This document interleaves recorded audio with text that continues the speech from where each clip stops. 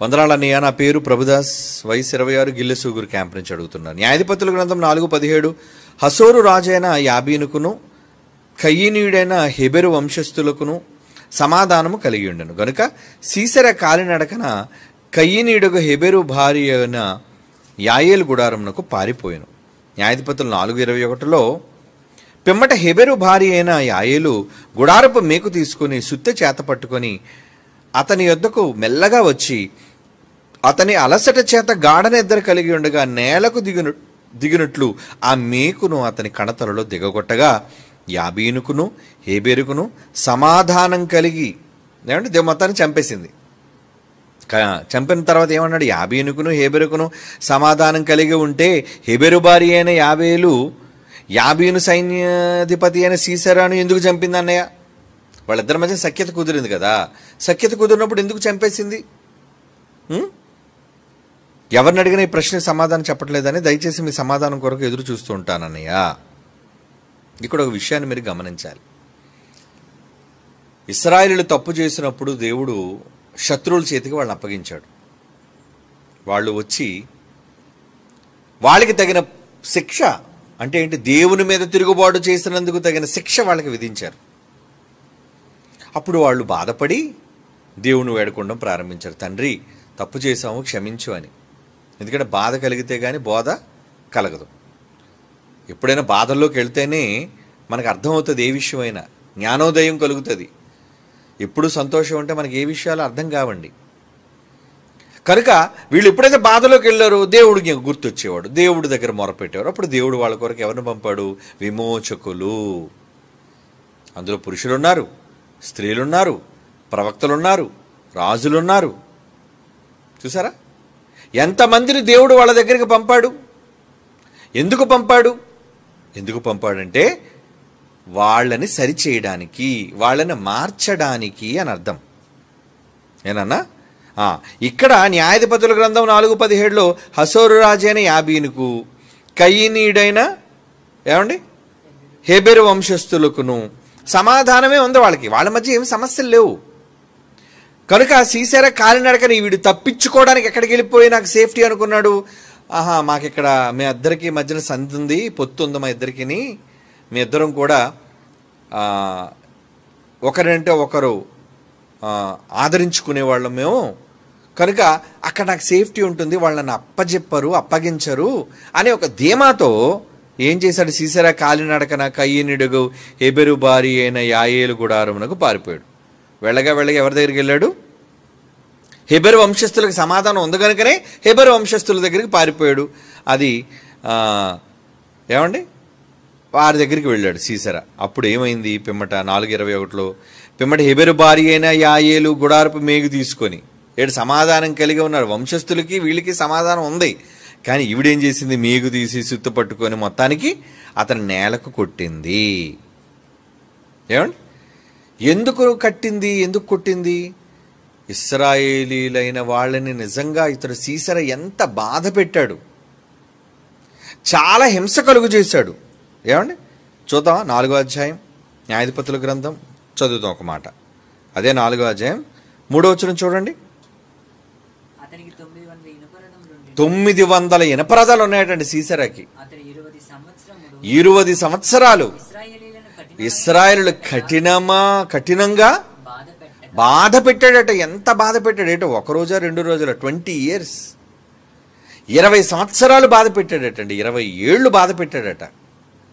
ఇంత బాధ పెట్టాడా? అంత బాధ పెట్టినప్పుడు దేవుడు ఏమని నిర్ణయం తీసుకున్నాడు? వీళ్ళందరూ మరి ఏడ్చారు కదా. ఏడ్చినప్పుడు ఏం జరిగింది? 6వ వచనం చూడండి. 6వ వచనం న్యాయాధిపతుల గ్రంథం 4వ అధ్యాయం 6వ వచనం. ఆమె నఫ్తాలి కెదేషులో నుండి అబీనోయము కుమారుడైన బారాకును పిలువనంపించి ఏమని మాట్లాడుతుంది? నీవు వెళ్ళి నఫ్తాలీలలోను, జెబూలూనీలంతా ఇశ్రాయేలు గోత్రాలు కదండి, జెబూలూనీలలోను 10,000 మంది మనుష్యులను నాబోరు కొండ దగ్గరికి రప్పించు. ఏమండి రప్పించమని చెప్పిందా? ఎవరు చెప్తున్నారు ఈ మాట? లప్పీదోతుకు కొంచెం మీదకి చదువుదాం. 4వ వచనం. ఆ కాలమున లప్పీదోతునకు భార్య అయిన దెబోరా, అంటే ఈమె కూడా ఒక ప్రవక్త్రి ప్లస్ ఇశ్రాయేలుకి న్యాయాధిపతిగా, లేడీ న్యాయాధిపతిగా వచ్చింది. దెబోరా సరళ వృక్షం ముందు ఆవిడ తీర్పు తీరుస్తుంది. అప్పుడు ఏమని చెప్తుంది? జెబూలీని దగ్గరికి వెళ్ళు. 6వ వచనం 7వ వచనం చదువుతాం మళ్ళా. నీవు వెళ్ళి నఫ్తాలీల్లోను జెబూలీనిల్లోను 10,000 మంది మనుషులను తాబోరు కొండ దగ్గర తీసుకురా. నేను నీ దగ్గరకు సేనాధిపతిని తీసుకొస్తాను. యాబీరు సేనాధిపతి అని సీసెరాని తీసుకొస్తాను. ఆడు 900 రథాలను విర్రవీగుతున్నాడు. 20 సంవత్సరాలు ఇశ్రాయేలుని ఇబ్బంది పెట్టాడు వాడు. కీషోను ఏటి యొద్ద కూర్చి నీ చేతికి అతన్ని అప్పగించేదను అని ఇశ్రాయేలీల దేవుడు యెహోవా సెలవిచ్చి ఉండలేదా? దేవుడు చెప్పాడు, ఇశ్రాయేలు దేవుడు చెప్పాడు. దెబోరా అంతంత నాతో చెప్పాడు దేవుడు, ఇలాగ సెలవిచ్చాడు కదా, కనుక ఇప్పుడు ఆయన లేపేయాలో వద్దా? అంటే వాడు వస్తాడా లేదా? ఎలా వస్తాడు? వాడే వస్తాడు. వాడు వచ్చేటట్లుగా యెహోవా చేస్తాడు. ఏమండి? 9వ వచనం. అప్పుడు ఆమె నీతో, ఇంకా 7వ వచనం నుంచి కూడా చదువుదాం. 7, 8, 9. నేను నీ దగ్గరకు యాబీను సేనాధిపతి అయిన సీసెరాను అతని రథాల్ని సైన్యాన్ని ఏటి దగ్గర తీసుకొస్తాను. కీషోని ఏటి దగ్గరికి నీ చేతికి అతన్ని అప్పగించేదనని ఇశ్రాయేలు దేవుడైన యెహోవా సెలవిచ్చాడు కదా అని దెబోరా చెప్పగా, బారాకు నువ్వు నాతో కూడా వస్తే నేను వెళ్తాను గాని నువ్వు నాతో రాకపోతే నేను వెళ్ళనమ్మా అని చెప్పాడు. అప్పుడు ఆమె ఏమంటుంది? ప్రవక్త్రి కదా ఆవిడ, నీతో అగత్యముగా వస్తాను నేను.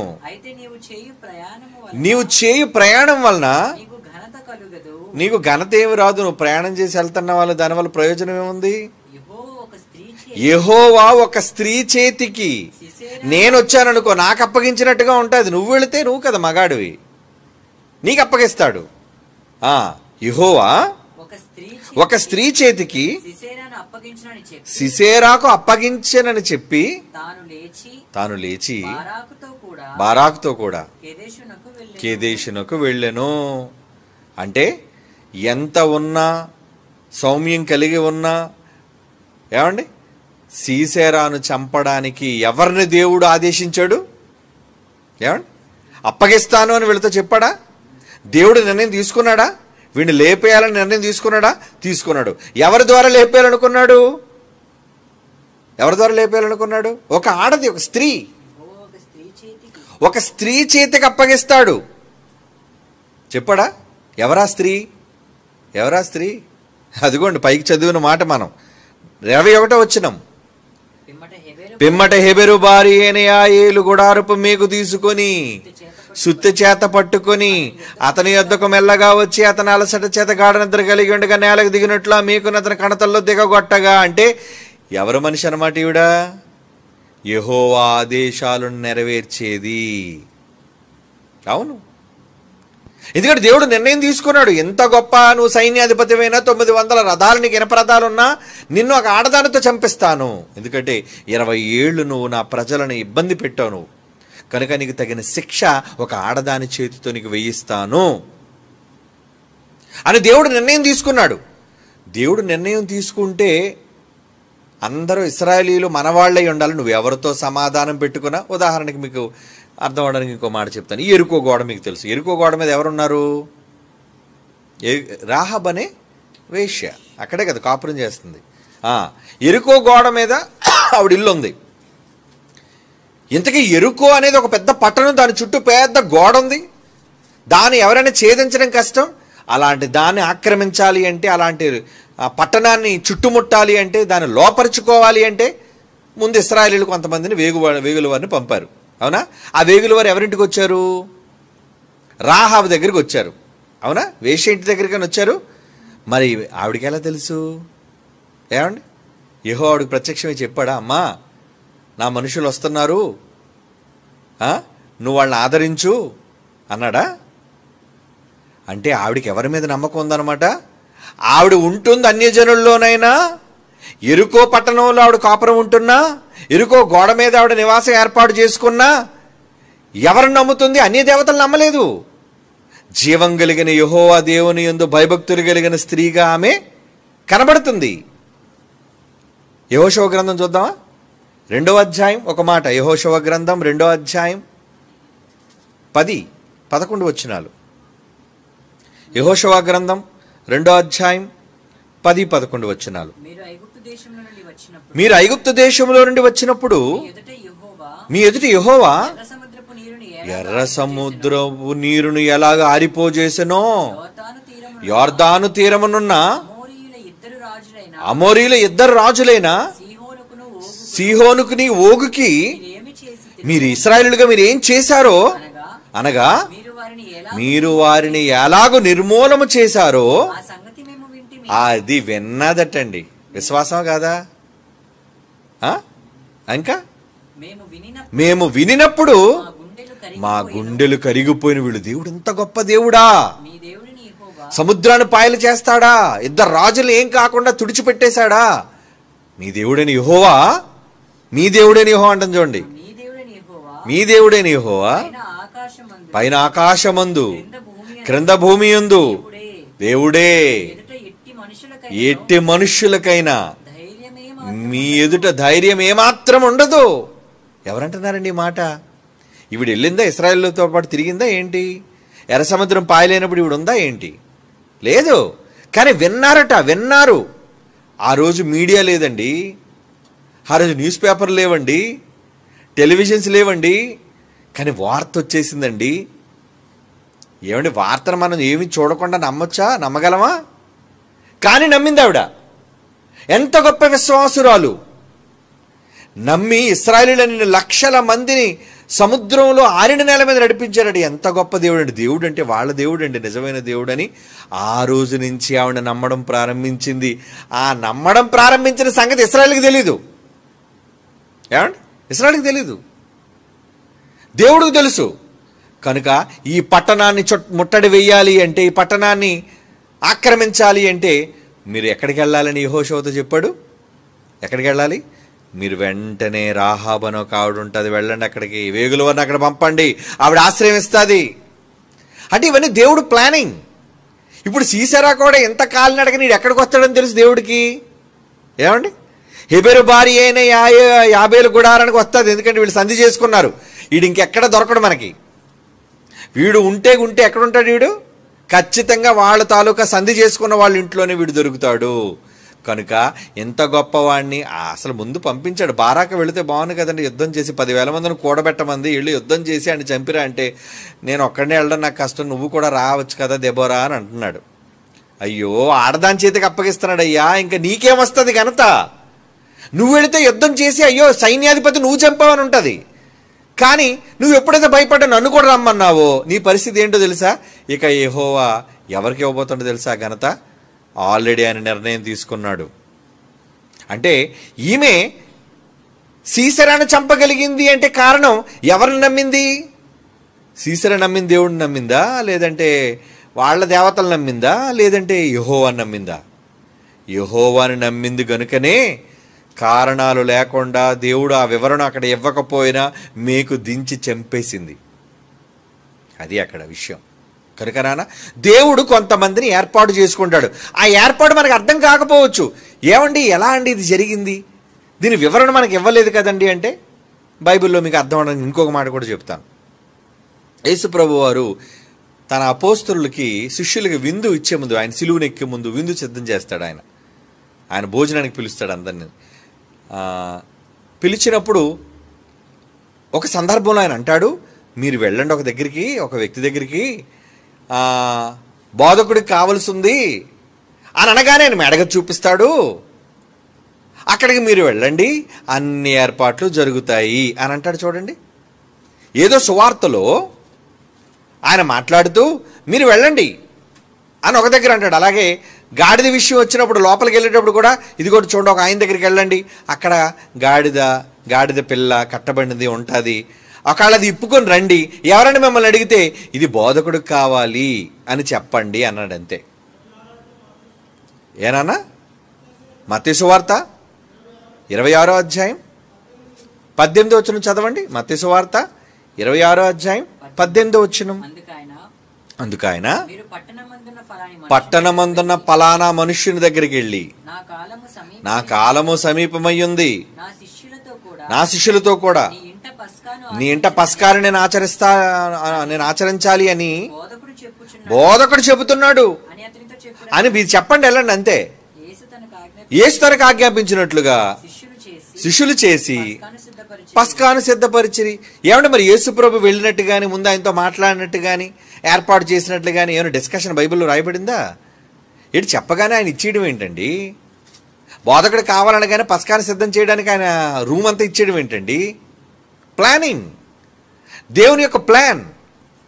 అలాగే గాడిద పిల్ల కోసం, గాడిద తల్లి కోసం అక్కడ చెప్తాడు. ఆయన ఏదైతే రథం మీద వెళ్ళాలో ఆయన ఎక్కి వెళ్ళాలి కదా రాజుగా. ఆ విషయం కూడా సందర్భం అలాగే ఉంటుంది. మీరు వెళ్ళండి, అక్కడ కట్టుంటాయి, కట్టబడిన గాడిద దాని పిల్ల ఉంటాయి, ఇప్పుకొని వచ్చేయండి అంటాడు. అంటే విజయోత్సవంతో యెరూషలేములో ఆయన ప్రవేశించాలి అంటే, ఆయన భారవాహపు పిల్లని ఎక్కి ఆయన రావాలి అంటే, ఇవన్నీ ప్రవక్తల ద్వారా నెరవేర్చబడిన మాటలు, రాయబడిన మాటలు. అవన్నీ నెరవేర్పు జరగాలి అంటే వాళ్ళని ఆయా టైముల్లో దేవుడు నియామకం చేశాడు. మీరేం ఆలోచించకండి, దానికి సంబంధించిన వ్యక్తులు అక్కడ ఉంటారు. వాళ్ళు మరి మనతో తిరగట్లేదు కదా ప్రభు, వాళ్ళు మన శిష్యులు కాదు కదా ప్రభు, మేము ఎప్పుడు వాళ్ళు చూడలేదు కదా ప్రభు అనేసి అంటే, నీకు ఎందుకు అయ్యావన్నీ, నువ్వు వెళ్ళంతే, అన్నీ జరిగిపోతాయి అక్కడ. ఇది దేవుని ఏర్పాటు అంటారు. కనుక సీసెరాను మీకుతో చంపడం కావచ్చు, అవునా? లేదంటే రాహాబ్ అనే వేశ్య ద్వారా పట్టణాన్ని ముట్టడి వేయటం కావచ్చు. వేగుల వారిని దాచింది కదా, ఆవిడే కదా గుట్టించింది మొత్తం. కనుక ఇవన్నీ దేవుని ఏర్పాటులో భాగాలు. అవన్నీ వివరణ నీకు ఉండదు. ఈయన వెళ్ళారండి, అక్కడ ఎలా జరిగిందండి, అవన్నీ నీకేం అవసరం? ఇది జరిగింది అంటే, ఆవిడ చంపింది అంటే ఇశ్రాయేలీయుల పక్షాన ఉన్నట్ట కాదా? నువ్వెవరితోనైనా సంధి చేసుకో, నువ్వెవరితోనైనా సాత్వికంతో ఉండు, కానీ దేవుడితో తేడా వస్తే నీ పక్కనున్నోడు నిన్ను చంపేస్తాడు. అది అక్కడ ఆలోచించాల్సింది ఏంటి? ఇందిరాగాంధీ స్వర్ణ దేవాలయంలో ఏమండి భింద్రన్వాలే అన్నవాడు దాక్కున్నాడు. అప్పుడు ఇందిరాగాంధీ ఏమందంటే, ఆపరేషన్ బ్లూ స్టార్ దాని పేరు. ఆవిడ హయాంలో ఇందిరాగాంధీ భారత తొలి మహిళా ప్రధాని కదా ఆవిడ, భారతదేశాన్ని పరిపాలించిన prime minister of India late. అయితే ఆవిడ పరిపాలిస్తున్న కాలంలో ఈ భింద్రన్వాలే అన్నవాడు వాడు సిక్కు మతస్థుడు. వీడు వెళ్ళి ఎక్కడ దాక్కున్నాడు? సరిగ్గా స్వర్ణ దేవాలయంలో దాక్కున్నాడు. ఎందుకంటే ఎవరు పడితే రావడానికి పోలీసులు కానీ తుపాకులు కానీ నాట్ అలౌడ్. ఎందుకంటే పవిత్ర ప్రదేశం, సిక్కుల యొక్క పవిత్రమైన స్థానం అది. అలాంటి దగ్గరికి ఏ నరుడు ఎవరు పడితే వాళ్ళు షూస్తో కానీ తుపాకులతో కానీ డ్రెస్సులతో కానీ వెళ్ళడానికి కుదరదు. చాలా కట్టుదిట్టమైన ఏర్పాట్లు ఉంటాయి అక్కడ. తర్వాత నిష్ట పాటించాలి. అక్కడికి వెళ్ళాలి అంటే నడుచుకొని వెళ్ళిపోవడానికి వీల్లేదు. కాలు కడుక్కోవాలి, పూజ చెయ్యాలి, ఏమంటే చెప్పులు తీయాలి, అక్కడికి వెళ్ళాలి లోపలికి. అది ప్రార్థన కోసం సిక్కులుగా అలౌడ్. అప్పుడు ఏం చేసింది తెలుసండి, వీడెళ్ళి లోన దాక్కున్నాడని భింద్రన్వాలే. అప్పుడు కొంతమంది సైన్యాన్ని పిలిచి ఆపరేషన్ బ్లూ స్టార్ అని దానికి పేరు పెట్టి లోపలికి వెళ్ళిపోయి మొత్తానికి పేల్చి పడేయండి, లోపలికి ఈడ్చుకొచ్చేయండి బయటికి అన్నది. అంతే, లోపలికి వెళ్ళిపోయారండి వితౌట్ ఓపెనింగ్ షూస్. అంటే మిలిటరీ అంటే వాళ్ళు బూట్లు అన్నీ ఉంటాయి కదండి. వాళ్ళ పవిత్ర దేవాలయాన్ని అపవిత్రపరిచారు అని ఒక గట్టి బాధ ఆ రోజు బయలుదేరిందండి. ఎవరికి? సిక్కు మతస్థులకి, సిక్కులకి. నువ్వు మా దేవాలయాన్ని అపవిత్రపరుస్తావు. ఎవడో భింద్రన్వాలే అన్నవాడు కోసం వాడు దాక్కున్నాడు. నువ్వు మా యొక్క నిష్టను ఉల్లంఘించి సైన్యాలలో, ఎందుకంటే నేను ప్రైమ్ మినిస్టర్ని, సైన్యం నా చేతిలో ఉంది, నేను ఆర్డర్ వేశానంటే వెళ్ళి తీసుకొచ్చేయాలి వాడిని, వాడు నాకు శత్రువు అని వాడిని చంపమని ఆదేశించింది. ఆవిడ చెప్పినట్లుగానే జరిగింది. అప్పటి నుంచి సిక్కు మతస్థులు ఆమె మీద కత్తి కట్టారండి. అందుకే ఆమె ఇంటిలోనే 3 సిక్కు మతస్థులు చంపేశారు ఆవిడ్ని. అదే బల్బీర్ సింగ్ గొడవ మీకు తెలుసు. ఆవిడ సేఫ్టీ బాడీ గార్డ్స్ వాళ్ళు, ఇంటిలో ఆమె అంగరక్షకులు. అంటే పక్కనున్నాడే చంపేశాడు. నిన్నెందుకు చంపేశాడు? వాడికి ఏదో గొడవ ఉంది. వాడిని మీద విరోధిగా మారడానికి, వాడికి బెంద్రన్ వాలే విషయంలో వాడి పవిత్ర దేవాలయాన్ని నువ్వు అపవిత్రం చేయించావనే బాధ వాడుకుంది. అందుకు సిక్కు మతస్థులు తిరుగుబాటు చేశారు. ఆ తిరుగుబాటు బయటికి కనబడకుండా చివరికి ఈ ఇందిరాగాంధీని చంపడం, ప్రైమ్ మినిస్టర్ చంపడం అంటే ఫుల్ సెక్యూరిటీ కదండి. ఎవరు పడితే వాళ్ళు వెళ్ళిపోగలరా? కనుక ఒరే మీరే కదరా ఆవిడ ఇంట్లో మీరు సెక్యూరిటీగా ఉన్నారు, మీరే లేపియండిరా.